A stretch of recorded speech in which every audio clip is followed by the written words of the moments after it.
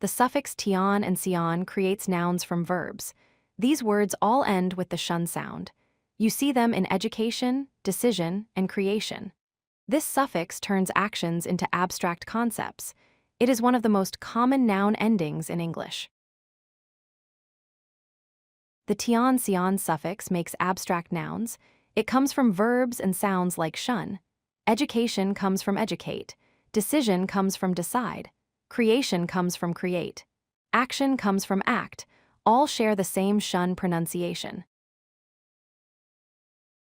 Here are common tion-sion words. Action and reaction both end with shun. Nation and station form countries and places. Motion and position describe movement and location. These patterns help you recognize thousands of English nouns. Tion-sion turns verbs into nouns. Educate becomes education, the process of teaching. Decide becomes decision, the act of choosing. Create becomes creation, making something new. Act becomes action, doing something. The suffix shows process or result. Watch verbs transform into nouns. Create plus tion equals creation. Decide plus sion equals decision. The verb shows action.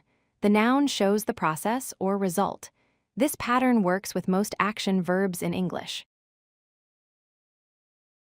More verb-to-noun changes.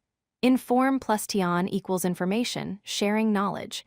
Invent plus tion equals invention, creating something new. Each verb action becomes a noun concept. Practice this pattern to build vocabulary fast. Tion-sion words fit naturally in sentences. Her decision changed everything. Decision means the choice she made. The creation took years of work. Creation means the thing made. These nouns describe results of actions. Tion-sion creates abstract nouns from verbs. Use it with most action words. Always pronounce shun. It is extremely common in English. Practice by spotting verbs and adding tion or sion. This builds vocabulary quickly. If you like this video, hit that like button and don't forget to subscribe. Visit codelucky.com for more such useful content.